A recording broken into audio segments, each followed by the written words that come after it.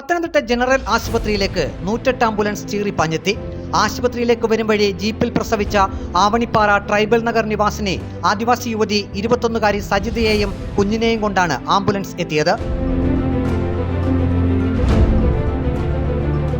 Public health nursing supervisor Shaibi, junior public health nurse സജിതയുടെ മകൾ MBBS വിദ്യാർത്ഥിനി ബസീന എന്നിവരും ആംബുലൻസിലുണ്ട്.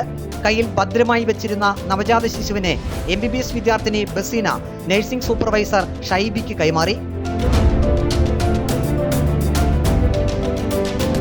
മാതാവ് സജിതയെയും ആംബുലൻസിൽ നിന്നും സ്ട്രെച്ചറിൽ ഇറക്കി നേരെ ഡോക്ടറുടെ അടുത്തേക്ക്.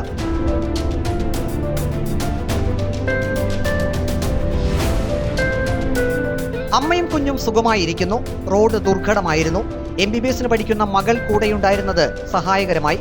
Junior public health nurse Sajitha പറഞ്ഞു. വേറെ പ്രശ്നമൊന്നുമില്ലല്ലോ? ആരോഗ്യസ്ഥിതി എങ്ങനെയുണ്ട്? ഒരു കുഴപ്പമില്ല.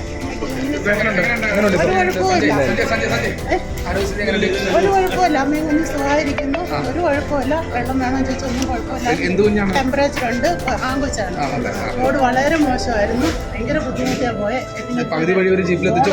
കൂടെ മോള് MBBS പഠിച്ചുകൊണ്ടിരിക്കുകയാണ്. അപ്പൊ ആ ഒരു ധൈര്യം ഉണ്ടായിരുന്നു. അമ്മയുടെ കൂടെ ഒരു സഹായത്തിനാണ് ആംബുലൻസിൽ കയറിയത്.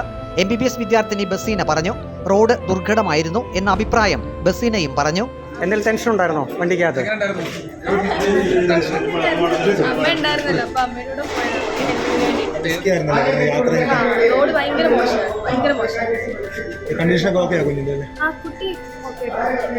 ഇത്രയും പറഞ്ഞ ശേഷം ബസീന ഒറ്റ ഓട്ടമായിരുന്നു ഡോക്ടറുടെ അടുത്തേക്ക്, അമ്മയുടെയും കുഞ്ഞിന്റെയും സുഖവിവരം അന്വേഷിക്കാൻ.